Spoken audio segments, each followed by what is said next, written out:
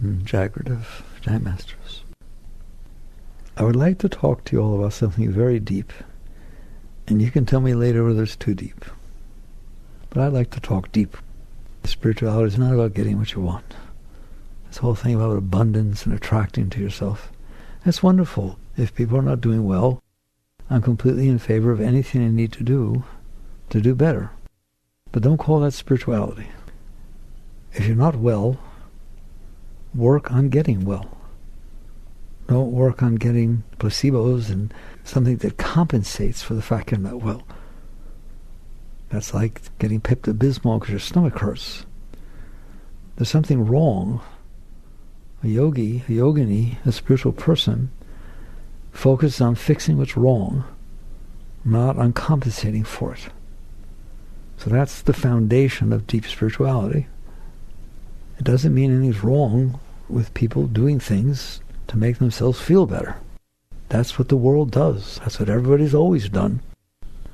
And we're kind of taught in our society that, you only have so many years to live, and if you're not doing well, you better change your situations. You better find a different job. You better find a different spouse. You better find different kids. That's hard, by the way, find different kids. But in other words, do something. Don't just sit there and not be well. Well, I agree. Obviously, you don't just sit there and not be well. The question is, what do you do? There's two things you can do. You can check to see inside yourself, looking outside, what do I need in order to be okay? That's going to be based upon past experiences you had. Whether those experiences were actual experiences you had when you were younger or growing up, or experiences you read in a book, or you saw somebody else have. All of those are experiences you had. You don't have to have it yourself. If you see a movie and it leaves an impression, if you are in friendship with somebody and they get hurt, it's an experience you had. You learn from that. So people sit there and say, I know how to take care of myself. I know what I want. I know what I don't want. That's because of these past experiences you've had. I go into that in great depth in the new book. I really shouldn't have to talk much about it. You should shake your head, yes. And that's what we do. We have experiences in the past that made us feel good. If we don't feel good now, we want to re-experience that. We want to do that again. If we had experiences that made us feel bad in the past, we don't want to have it. And we blame what we're experiencing now on the past experiences. That is called the human predicament. That's a normal human thing to do. There is an alternative. And that is what spirituality is. It is not a way to do that better. It's not a way to get what you want and to avoid what you don't want. There's nothing wrong with that. It's just in the end, you're going to find out it doesn't work. It works temporarily if you get it. If you decide I need something and I can't get it, then you feel worse. Or if you decide I don't want to experience it ever again and it happens, whoa. But there's no question, nobody can deny that if your mind tells you that you've had past experiences, that's all your mind can do. I can't help myself but remind you of that. Your mind only knows what it knows. The only data it has is the data it experienced. And we're not humble enough to give that the right amount of weight. We sit there and think we know something. Tell me, I experienced it. I went through that experience myself, and how terrible it is. At the same time you were going through that experience, how many experiences were you not going through? Just for a moment, once in your life, will you dare to answer me? How many experiences were going on everywheres, all over your county, your state, your city, the United States, the world, the universe? How many experiences were going on at the same time you were having that experience that you weren't having those experiences? 700 billion zillion quillion. And they are equally as important as any experience you were having. If you happened to be somewhere else, you'd have that experience. But you happened to be standing where you were and you were having the experience you were having. In other words, you don't know squat. You only know the minuscule amount that you took in at any given moment. And then you give that 100% weight. I know what I want. I know what's good for me. I know what I don't want. I'm not a stupid person. I've been through this experience before. I know what it does to me. Fine. If you would turn to the right when it was happening, you would have a whole different view of the world. Whoa, that's humbling, isn't it? Get humble. Understand that that's the truth. So if you are listening to the sum of your learned experiences, which are nothing, you're going to have these concepts and views and opinions and preferences that say this is what I want and this is what I don't want. And you cannot deny it's based upon your past experiences. What else would it be based upon? It's data that came into you, and now you formulated this personality, this whole person with a way of thinking. Okay, fine. You say, that's all I have. But if all you have is nothing, maybe you get a little humble about it and understand you can be a little more open. And by the way, it's not all you have. And we're going to get to that as we go deeper tonight. So basically, I'm telling you, and I hope I'm not the only one, that to build your life upon that is exactly what Christ meant when he said, don't build your house upon sand. That is not a foundation. It's nothing. It's a tiny piece of data that you took in when everything else you're not taking in, and you said it's the truth. Well, it's not the truth. It's your truth. And everything inside of you is going to say it's the truth, because it's all you have. I'm a computer guy. Take a computer, I don't care how smart it is, how big it is, the Cray 97 or something, the biggest computer it ever was, and put in about 7 pieces of data, and then ask it questions. I guarantee you, I can be as smart as it is. I can figure out what it's going to say. It's going to base it on the data. How about if you ask it 6,000 times the same question? It will give you the same answer until you change the data. The same thing with you. You took in the minuscule amount of data that was happening at the moment where you were, and you missed everything else, and everything else is really, really big. I mean, whoa, really big, isn't it? How humbling is that? Are you telling me I can't trust my mind? I'm just telling you the truth, okay? I'm telling you what your mind is telling you is the sum of your learned experiences. That's what that behavioral psychologist, Skinner, B.F. Skinner, he came up with that philosophy. He said, man is the sum of his learned experiences. It's not true. Your mind is the sum of your learned experiences. You're the one who notices that your mind is the sum of your learned experiences. There's a consciousness in there. Call it the soul, call it your essence, the self, I don't care. You're in there, aren't you? And don't you notice, now that I tell you that your mind is the sum of your learned experiences, every single thing that happens, you relate it back to what's happened to you. And then the mind says, well, that's all I have. It's not all you have. And we'll get there. But the first understanding is that that is what's going to happen by default. Your mind is going to tell you regularly, and your heart will agree, because your heart had the same experiences as your mind, that this is what I like, this is what I don't like, and I have the right to get what I want, and I have the right to avoid what I don't want. Basically, that's how people live. That's the normal human predicament. And everybody's different, because they all had different experiences, and you wonder why there are wars. You wonder why there's so much disharmony. You wonder why 50% of all marriage end in divorce. Because every single person has had totally different experiences. And they continue having experiences. Right? So you're married, here you are, perfect, this perfect person for me, right? Well, then they're going to have experiences that you're not having when they go to work and when you stay. That's how people grow apart, isn't it? And you sit there and say, well, I felt this, but now of course, if you pay attention and you limit your attention to the sum of your learned experiences, it's going to be a very interesting journey. So what's the alternative? The alternative is to notice that I am the one who's noticing. I notice that I have a tendency towards something and I have a tendency against something. I have these things called preferences, and they're strong, aren't they? They draw me into things and they draw me away from things. I don't want to talk about a devil and an angel sitting on your shoulder. You have a mind. It has had different experiences. Therefore, some of the experiences say this and some of the experiences say that. Your mind has been programmed, and your heart goes right along with your mind. There's no reason for me to talk about both. If your mind says, I don't like this, wait to see what your heart feels. If your heart says, I don't like this, wait to see what your mind says. They're in cahoots. It's a conspiracy. Careful. You don't stand a chance in there. They both are programmed. Is your heart programmed? In high school, somebody broke up with you. You're now 30 years later, you go to a reunion. What if you see him or her again? Your heart hurts. They're programmed with these impressions. And then your whole view of the world and of everybody in it is affected by that. And your preferences are determined by that. They're the sum of your learned experiences. And it's fine. I don't want to take anything away from anybody. Spirituality does not take things away from people. They offer something greater. Spirituality is about what is the truth and what's the highest I can raise myself. What's the highest I can feel? What's the most beauty I can experience? What's the most love I can experience? What's the highest life I can live? That's what spirituality is. It's kind of neat. It doesn't have rules. It just basically says, live that life. Raise yourself. Raise yourself. So that life that I just talked about, the human life, the human predicament, is I'm scarred. I have all these different impressions based on different things that have happened to me, and I've developed all these likes and dislikes and opinions and neuroses and all kinds of stuff based on that.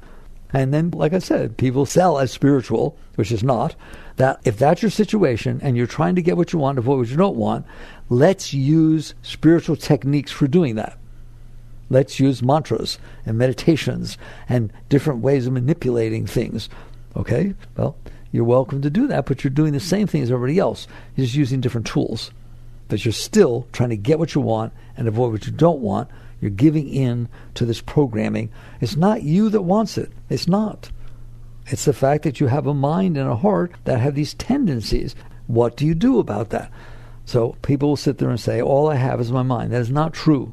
The only thing I have to listen to is my heart and my mind, my personal heart, my personal mind. I'm telling you, until you get very evolved and very high, your personal heart and your personal mind are the sum of your learned experiences. And if you watch, now that we're talking about it, you're going to see it every single time. Your tendency toward and your tendency against is programmed. I don't like to talk about it that way. It's not a nice way to talk about somebody. But you're programmed by your past experiences. Your mind is a computer, and that's the data it took in. Okay, is there a higher life? Yes, there is a higher life, and that's what's spiritual. Spiritual is the higher life, not another way to live that life. So what does that mean? It basically means that you're in there. That's the starting point of spiritual.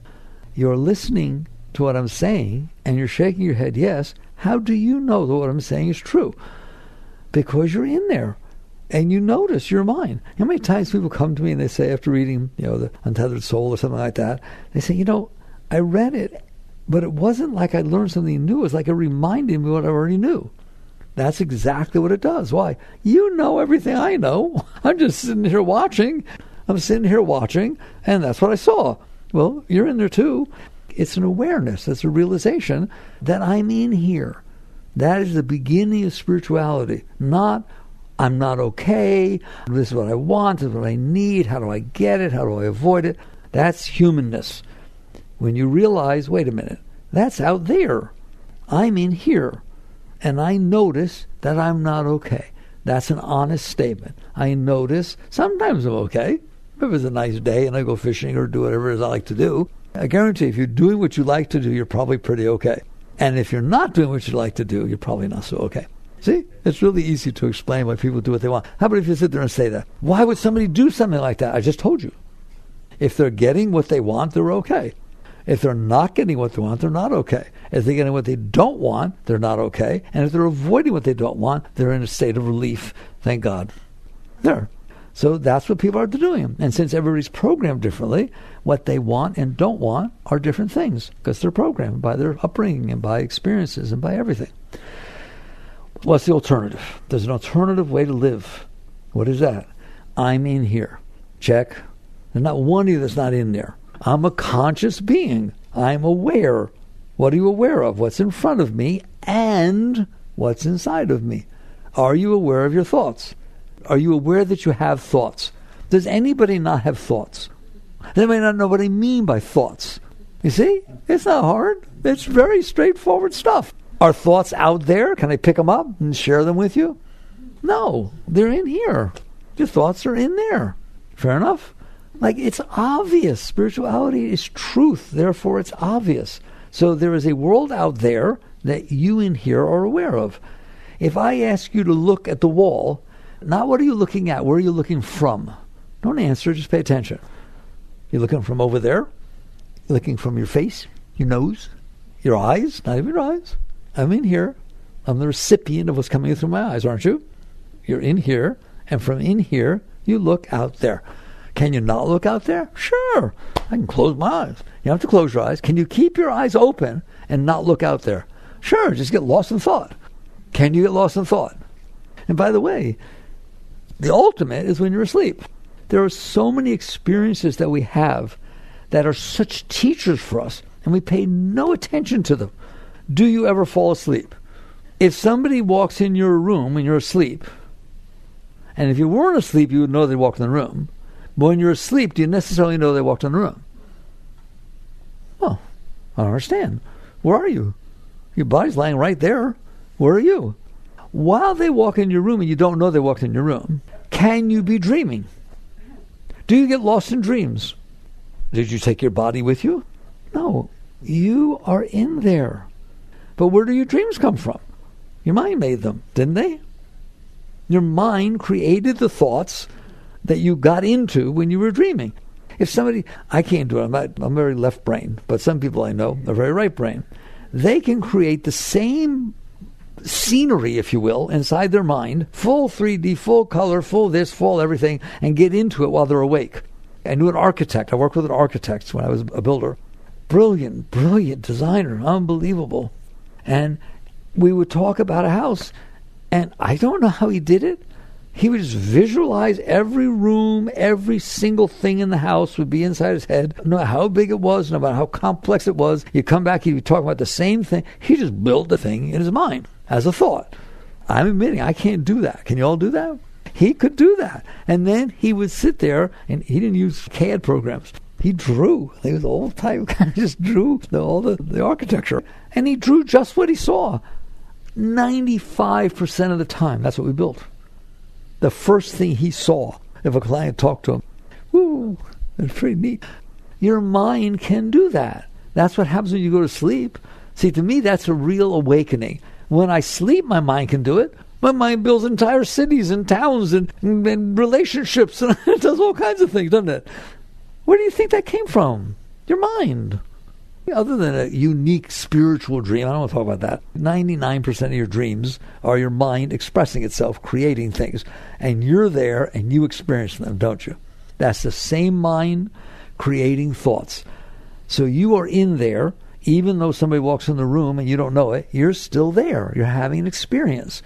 So you in there have experiences of the outside world, and you in there experience your thoughts, and you in there experience your emotions. Do you experience your emotions? Do you ever say, oh my God, my heart hurts so bad? How do you know? I told you, you don't want to come to me for therapy and be in big trouble. Why? If you came to me and said, Mickey, you don't understand, ever since so-and-so left, my heart hurts.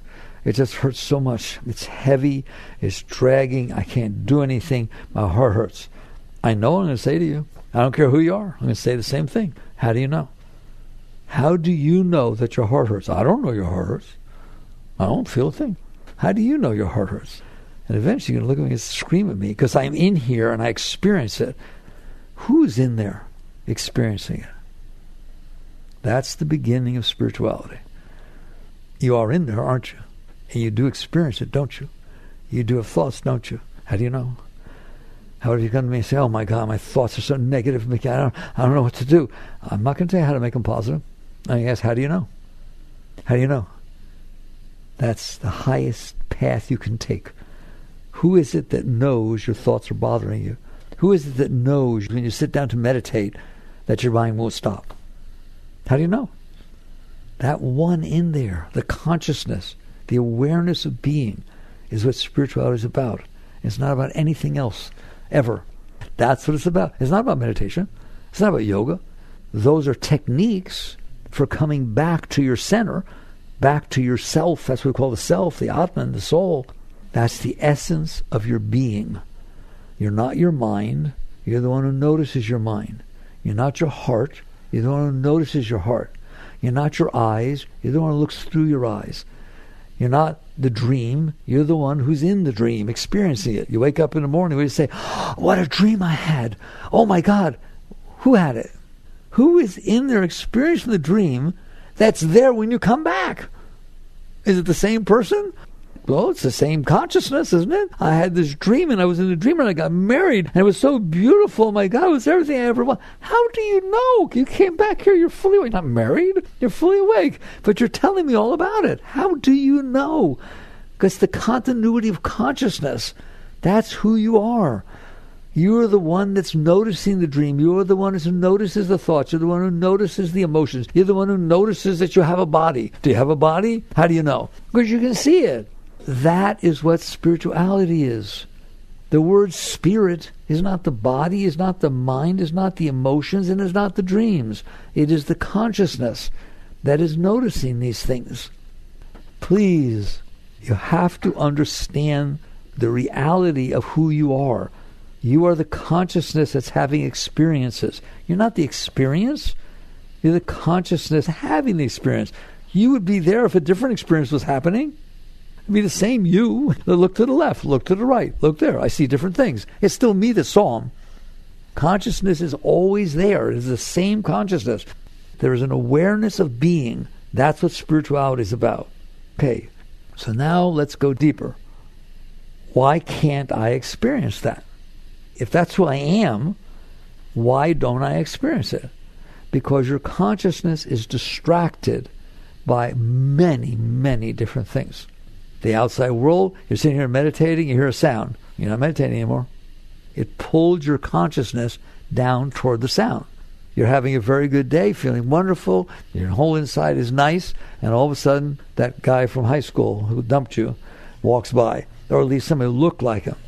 It obviously wasn't him. He moved to Hawaii a long time ago. It just has to look like him, doesn't it? And then what happens? I'm not okay anymore. My whole insights changed, and they drew my consciousness down into my mind, my emotions. Fair enough? Okay. That's why we're not enlightened. That's why we're not established in the seat of self. If I was doing a retreat, I would make you say that. Established in the seat of self. It means I am the consciousness. Nothing is pulling me out of that consciousness. I don't have to sit in meditation to be okay. I'm always okay. It means who you are, you don't ever not be. If your mind is making noise, you notice your mind is making noise. You don't get pulled down into it. If your heart is going through perturbations, either up or down or this or that, you notice. Look at this, like a jumping bean. Boop, boop, boop, boop. You don't have to try to notice. You do notice, but you don't go there. You're here. You're established in the seat of self. That's the beginning of a deep being, of a high soul, a deep being. They are able to maintain that seat of consciousness. Although the world is passing by, the body's going through its perturbations, the heart's going through its perturbations, the mind's doing its thing, and you're aware. You're not aware.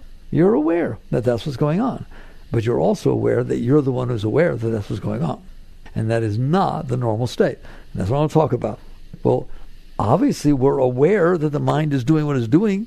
You're aware you have thoughts. Otherwise you wouldn't know what they were, and there wouldn't be a problem. But you are aware. So what's this difference? That's what I want to talk about. What's the difference between being aware and being aware? I'm aware there are thoughts and I'm not in them. I'm aware there are thoughts and I'm in them. There's no separation. There's no seat of consciousness, center, witness consciousness, mindfulness. Give it whatever name you want. Krishnamurti called it objective observation.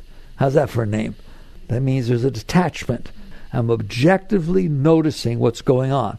I'm not denying it. I'm not ignoring it. I'm just objectively able to sit in the seat of self and seat of consciousness and notice what I'm conscious of. Okay, why is it hard? Because it shouldn't be hard. First of all, would you like to have reached a state to where no matter what is going on, outside or in, you're fine? It wouldn't be so bad, would it? Now you go to your shrink, but only because she's your friend, he or she's your friend. And I say, how you doing? My heart is hurt. I've never felt my heart so bad. It hurts like hell. It's so funny. I'm watching it. How you doing? I'm great. It's just something you're experiencing.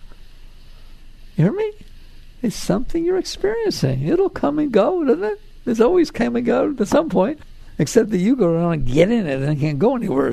So this is what spirituality is about. This is what spiritual growth is about. We've laid a phenomenal foundation for understanding who you are and the fact that you can't stay objectively observing. Why? Let's start that way. As opposed to objectively observing, what am I doing? When it moves and it's beyond what you can just handle its movement, and that's not very much, by the way.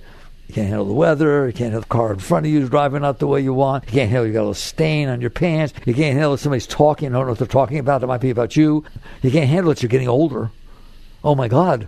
I got varicose veins. What am I going to do? I got wrinkles on my face. Oh, my God. I don't look the same as I did when I was 22.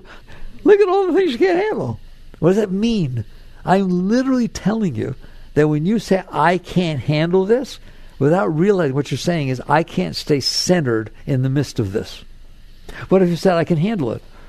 I can handle it. Yeah, I have a slight headache, but it's nothing. I can handle it. It means I can still go about my business. I notice it's there, but I'm fine. But if I say I can't handle it, I can't handle what she said. I can't handle what he did. I can't handle what might happen tomorrow. What does that mean? It means I can't stay centered, objective, in the midst of it. I got pulled into it. And that's what it's all about. Can you maintain a seat of objective observation when the world is unfolding both inside and outside of you, or can't you? And the answer is you can't. Why? That's what I want to know. Why? If you are the self, and you are the consciousness, what's going on? The answer is very straightforward and very easy. Easy to talk about, not easy to do. The reason your mind is causing trouble is because you stored trouble inside of your mind. You started that way. Every single experience that ever hurt you and bothered you, you held it. You suppressed it. You held on to it. You resisted it. I don't want this to have happened. He never talked to me that way. I can't believe he left me. My mother died. I don't want my mother to die. It was a terrible experience. In other words, you resisted the experience. When you do that, you push it away from you. Therefore, it can't go through. It's supposed to come in and go through. You go through. You experience it with your consciousness. Comes in and it goes. It comes in and it goes. But you didn't do that, did you? Every single one that bothered you, you resisted it. I don't experience this. But you did. No, I didn't. I don't want to. I don't want it. It's a form of denial. No, I didn't like that snake. I can't believe it was in the house. And I'm traumatized by it. Well, is it in the house now? No. But then something's wrong. Yeah, the snake. No, the snake's not there. It can't be the snake. It must be something you did. Something you did to keep the trauma of seeing the snake, the fear of seeing the snake, 20 years ago, by the way, and the house got burned down. It's not even, you probably burned it down, but basically you pushed it away. And because you pushed it away, it stayed inside of you. It's just that simple. And that's why you can't maintain a seat of objective observation. Why? If anything about the snake comes back up, somebody says the word snake, you hear a baby rattle, so I do in the book, okay, you see a rope, all of a sudden, starts doing that, doesn't it? Can it get like that? Yes or no? Well, you can't handle that. You couldn't handle it when it happened. You can't handle it when it comes back up. So you stored all this stuff inside of you that, I don't want to say traumatized you, that's too strong, but it bothered you. And you made a collection inside of your mind and your heart of all the things that bothered you. Well, they're trying to release. Just like the body tries to purify impurities inside of you, your mind and heart don't want that stuff down there. Your heart wants to be open. Your mind wants to be clear. I want to be free. I don't want to be bound by all this garbage that got stuffed down here. So it keeps trying to shove it back up. And that's why your mind talks the way it does. That's why you have the dreams that you do. The mind's constantly trying to purify, to throw stuff up. But you can't handle it. And the next thing you know, you are pulled down into it. And that's what I want to talk about. You're here, you're aware of it, but you can't be aware of it. You can't be clear when you're aware of it. Why? You don't want it. You didn't want it to start with. You don't want it now. And so you struggle with it. You struggle with it. I can't believe you said that. I told you I can't handle when you say things like that. I told you that years ago. I don't think you want to live that life. I think you want to sit there and say, why is that bothering me? Why is that still bothering me? It happened when I was 3 or 5 or 10. Why would I keep it inside? It was enough trouble when it happened. Why do I want to get married to it? Well, you did, didn't you? So you keep that inside of you, and now when it comes up or anything touches it or you even think of it, it's so disturbing that it distracts your consciousness into it. You actually get pulled down into it. You pull down, and then you're lost. There's no out. Then the only thing you can do, if you're going to do that, you have to find something outside of you that will distract you from being distracted by the garbage inside of you. So basically, you catch on that you're distracted by these things that you stored inside of you, by your disturbances, and then you get pulled down into them. And I don't want to do this with you, but I have to. It's not just negative things, it's positive things. You've had positive experience in the past, yes or no? You don't like that it's still happening, do you? You really enjoyed your vacation over in Hawaii. You want to go back, don't you? And then you resent that you can't go back, the money and all this stuff. And next thing you know, you're bothering yourself about the positive things, just like you bother yourself about the negative things. That's why spirituality talks about desires and fears. Those two things that got stored inside of you are causing you trouble. If something comes up inside of you that you really, really liked before, you can't stay centered. Here, you fall deeply in love, and then he has to go to the military or goes overseas for work, something like that. How are you doing? I'm terrible. I want to see him again. I want to see her again. It's bothering you. I thought love was a good thing. And I'm lost. I don't understand. It's causing pain and trouble. Yeah, Buddha said desire is the whole problem. So does that mean I shouldn't fall in love? No, it means you should be in love and then share it. I know you don't know that such a state exists. Such a state exists. I'm fine inside. Why? I got rid of all this garbage I kept storing inside of me. And so now anything that goes on inside of me doesn't distract me from the self, doesn't distract from my seat of consciousness. And I feel well-being all the time. It's way beyond meditation. I feel joy, ecstasy, love, inspiration. Why? Because that's what's there. That's who you are. You're the highest thing that ever walked the face of the earth. You're the highest thing that ever walked the face of the earth. Not you, not this little thing here, not your mind, not your heart. You, the consciousness. I am a nice Jewish yogi who loves the teachings of Christ. Why? Because he taught the truth. He said, as I sit by the throne of my Father, so you should sit by my throne. And these things that I do should do these and even greater things. What does that mean? You are a great being. You are the highest thing that walked the face of the earth. You in there are filled with love. You're made of love. There's just joy, ecstasy pouring inside of you all the time. Well, why don't I feel it? Because you're busy looking at the garbage. You're busy staring at your problems. You're busy causing yourself problems. Right? I can't handle the weather. Oh my God, it's so hot or so cold. I want to move. Where should I move to? What are you doing? I'm distracting myself from being in the state of ecstasy. Congratulations. Keep it up. Let's see how you do. So basically, you are that, but you're not being there. You're being in your problems. You're being in what happened to you 3 years ago or 20 minutes ago or 15 years ago. You're being in the fact, oh my God, my heart hurt so bad 3 years ago. I don't want to do it again. I don't want to relate. What are you doing? You're screwing yourself up by being down there instead of establishing yourself in the seat of consciousness. Why is it hard? Especially now that I'm telling you the seat of consciousness, the seat of self, is ecstasy. It's total well-being. The closer you get to that, you feel all this joy welling up inside of you. I'm telling you the truth. Well, then why wouldn't I want to go there? Because you have lost the ability to do so because you're so distracted by your problems. You're distracted by your little melodramas. So the question becomes, here's the bottom line, how do I not? Now that you understand what's going on, because that is what's going on. You're in there. You're the most beautiful thing about the face of the earth. I told you last time. In yoga, in the yoga philosophy from thousands of years ago, from people who went way deep inside themselves, they gave a name for you. Satchidananda. Eternal conscious ecstasy. You who's in there looking is the same in all of us. It is, man was created in the image of God. You are a purely ecstatic being, but you are distracted from that because you're getting involved in your personal melodramas, and you don't know how to. And that's just the truth. We can talk all we want, sounds good, but you're going to walk right out here and something's going to happen, boom, you get pulled right back into there, into the heart and into the mind. Well, what about the world? You don't care one iota about this world. You don't care one iota. You don't have to learn not to care about the world. You don't have to learn to be detached. You're totally detached. You couldn't care less. Whoa, that's not my experience. Of course it's not your experience. Because if the world moves, your mind and your heart get screwed up. You're living in air. So the world, when it comes in, hits your stuff, doesn't it? It hits your stuff, and then your mind starts causing trouble. That's what you care about. If the exact same thing happened and your heart and mind felt good about it, you'd love it. So the world is unfolding. It's what it does. Every single minute, it's just atoms moving around through space. It's unfolding everywhere. When it comes into you, it hits your stuff. Don't kid yourself.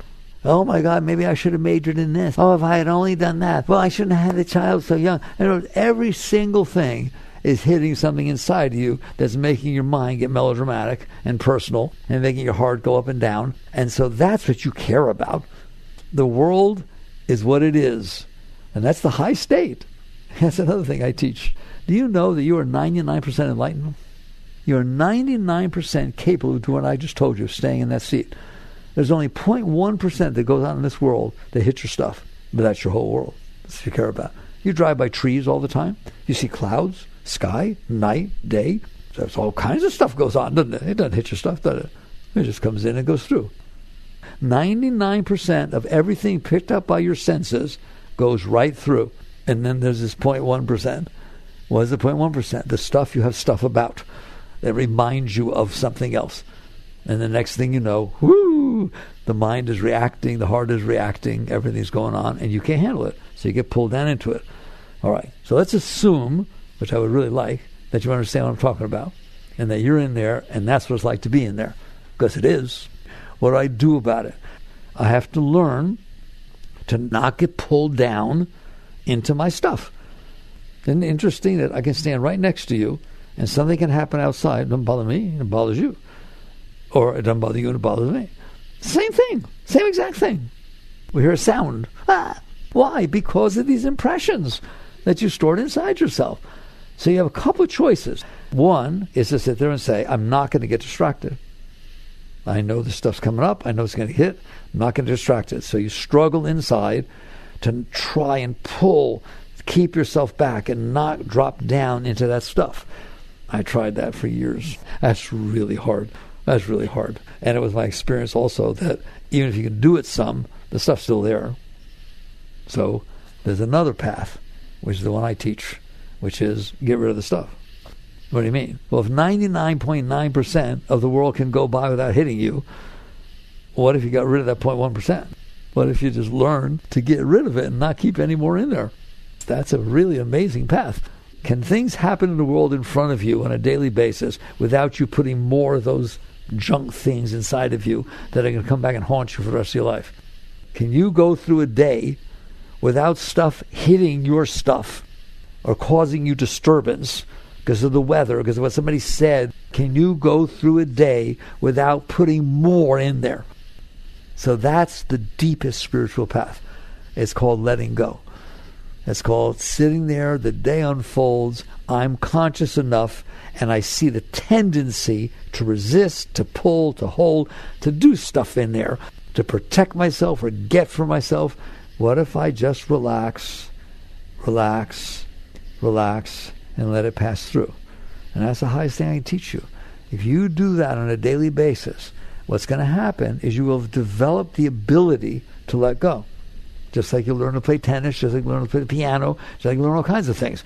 You just little by little learn. That would have got stuck in me. Then when I saw the person tomorrow, it would get weird. But it didn't get stuck in me. I didn't let it. I kept my hands off. I let it pass through. Maybe I used affirmation. It's okay. I can handle this. Somebody once asked me, what mantra do you recommend? I don't give mantras. But if I did, it would be this one. I can handle this. I can handle this. Then it will pass through. You see the person tomorrow, won't do anything. Because it passed through. That stuff does not have to leave scars inside of you. So you start with the simple things in life and you let them go. There's things that don't matter. You're just causing you trouble for no reason. And you learn to let them go. And what's going to happen? As you practice that, you're practicing sitting in the seat of self by not being pulled out of the seat of self. You don't have to feel it right away. Where's that ecstasy we could talk about? Don't do that. What you're going to see is, I'm bothered less. That's a very great state. If you're bothered less, it means you're being pulled out of yourself less. You're getting rid of the negative. We'll worry about the positive in a minute. And basically, you learn to let go. If you will let go of these small things that happen all day that you're bothering yourself about, then they won't get stored in there. And you will have learned how to deal with it. And then what's going to happen, to close the story very quickly, is something's going to happen that's bigger. Something's going to happen that hits your stuff. And you have a choice. You don't have a choice now. Now you're lost in it. It pulls you right down. You get depressed. Pulls you into your stuff. But now you have a choice. Do I practice letting go of even this bigger thing, or do I go down into it? And little by little, you're going to let go. You're going to realize I'm happier if I let go of this stuff. Both the new stuff, I don't let it build, and the old stuff, when it comes up, let it go. It hurt. Let it go. Let it go. You don't want that stuff in you. Let's say you have a resentment towards somebody, and you've carried it for years, and you see them. It's going to bother you. Why do you want to be bothered? Learn to let go. And you just every day keep letting go. So how do you do that? You're sitting here and you'll see that I'm going to stop. But I want you to see whether you feel it pulling you. Can you feel it pull you? I don't want to go down there, but it pulls you down there. It pulls you into it. You have to learn. That's real strength, spiritual strength. Don't resist and fight. Just relax. Do not struggle with it. If you leave it alone, it will pass. Over time, it will come up and pass if you can leave it alone. And this becomes the great way back to self. How? Don't leave. You are in the seat of self. You are the consciousness. You're being pulled out of it by this junk that you stored inside. If little by little you will learn, well, what do I do if it's pulling on me? You can try to fight with it, try to push it away, or you can just open your hands. Don't fight with it. What do you mean? Open your hands. It will just go right through you. You don't have to fight with it. You don't have to make it go away. You just have to say, I can handle this, and handle it. And you're going to find out someday, and it won't take as long as you think it will. You're going to suddenly feel some joy. People rise all the time. I felt all this joy. I felt the joy of falling in love, but there was nobody there. And now we talk about a relationship. Now, fine. You have a relationship. What does that mean? I'm filled with love. I was before I met you. You want some? It's free of charge. You don't have to do anything. You don't have to appease me. You don't have to buy me anything. You don't have to, nothing. Just, you're not going to affect me. I'm filled with love. Here, have some. That's how you have a relationship. Imagine if two people are that way. Wouldn't that be beautiful? But even if only one's that way, it doesn't matter. They can't bring you down. Just keep letting go. All right. Very good. Thank you for listening. The deeper part I promised to do was the part I just talked to you about being pulled. Feel the pull of the energy pulling you down into it. You do not have to get pulled down into that stuff. So you do it by little, working with everyday things, letting go, and you wait to see how well that works. Work on these things. Jagrative.